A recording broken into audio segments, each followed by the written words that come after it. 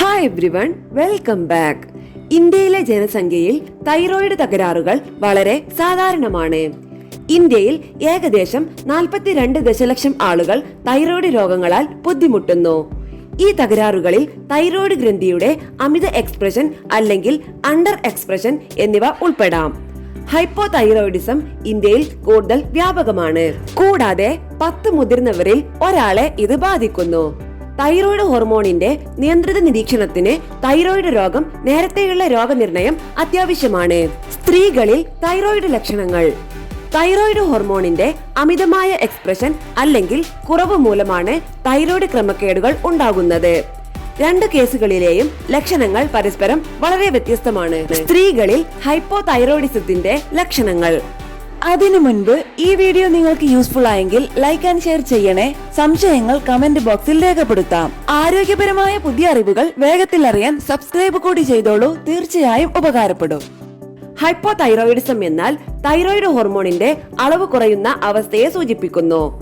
ലോകമെമ്പാടുമുള്ള 2% ആളുകൾ ഹൈപ്പോതൈറോയിഡിസം അനുഭവിക്കുന്നു. അതിൽ സ്ത്രീകളുടെ ശതമാനം പുരുഷന്മാരെക്കാൾ വളരെ കൂടുതലാണ്. ഹോർമോൺ കുറവിന്റെ തീവ്രതയനുസരിച്ച് ഹൈപ്പോതൈറോയിഡിസത്തിന്റെ ലക്ഷണങ്ങളും വ്യത്യാസപ്പെടുന്നു. തൈറോയിഡ് ഗ്രന്ഥിക്ക് കുറവുണ്ടായാൽ സ്ത്രീകളിൽ ഇനി പറയുന്ന ലക്ഷണങ്ങൾ കാണാം. മുടി കൊഴിച്ചിൽ.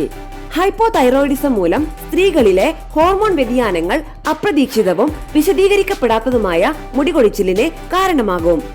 തൈറോയിഡ് തകരാറ് ചികിത്സിക്കപ്പെടാതെ മുടികൊഴിച്ചിൽ തുടരും. തൈറോയിഡ് ഹോർമോണുകളുടെ അളവ് നിയന്ത്രണ വിധേയമാകുന്നതോടെ മുടി വീണ്ടും വളരാൻ തുടങ്ങും. ക്ഷീണം.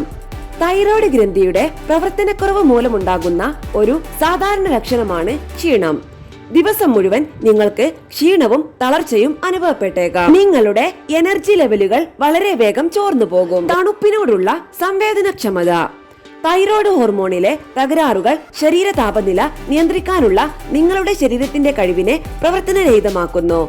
നിങ്ങൾക്ക് ഹൈപ്പോതൈറോയിഡിസം ഉണ്ടെങ്കിൽ നേരത്തെ ഉണ്ടായിരുന്നതിനേക്കാൾ കൂടുതൽ തവണ നിങ്ങൾക്ക് തണുപ്പ് അനുഭവപ്പെടാം. മലബന്ധം. ഹൈപ്പോതൈറോയിഡിസത്തിനൊപ്പം മലബന്ധം സാധാരണമാണ്. ആഴ്ചയിൽ 3 തവണയിൽ താഴെ മാത്രമേ മലമൂത്ര വിസർജനം നടത്താറുള്ളൂ. മലബന്ധം. ഹൈപ്പോതൈറോയിഡിസത്തിനൊപ്പം മലബന്ധം സാധാരണമാണ്. ആഴ്ചയിൽ 3 തവണയിൽ താഴെ മാത്രമേ മലമൂത്ര വിസർജനം നടത്താറുള്ളൂ.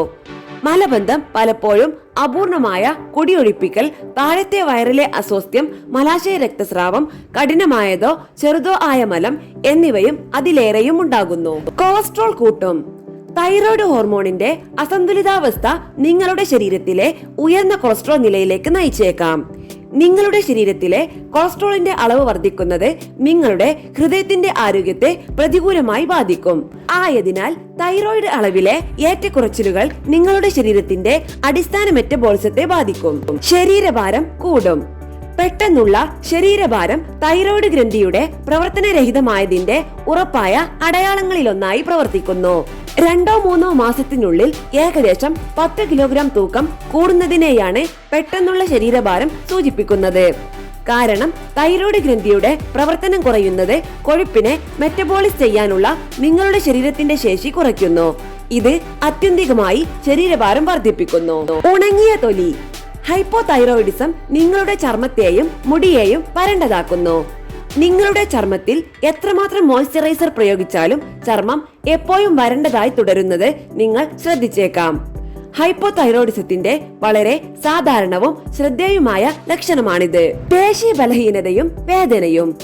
തൈറോയിഡ് ഹോർമോണിന്റെ കുറവ് പേശികളുടെ ബലഹീനതയ്ക്കും കഠിനമായ പേശി ക്ഷീണം മൂലമുണ്ടാകുന്ന വേദനയ്ക്കും കാരണമാകും. മോശം ആർത്തവ ചക്രം. തൈറോയിഡ് ഹോർമോണിലെ ഏറ്റക്കുറച്ചിലുകൾ മൂലം അസ്വസ്ഥമാകുന്ന പ്രധാന പ്രക്രിയകളിലൊന്നാണ് ആർത്തവ ചക്രം. തൈറോയിഡ് ഗ്രന്ഥിയുടെ തെറ്റായ പ്രവർത്തനം ആർത്തവ സമയത്ത് നീണ്ടു നിൽക്കുന്നതോ അമിതമായതോ കുറഞ്ഞതോ ആയ ഒഴുക്കിന് കാരണമാകും. സ്ത്രീകളിൽ തൈറോയിഡ് പ്രവർത്തനരഹിതമാക്കുന്നതിന്റെ പ്രധാനവും അതുല്യവുമായ ലക്ഷണമായി ഇത് പ്രവർത്തിക്കുന്നു. മോശം മാനസികാരോഗ്യം.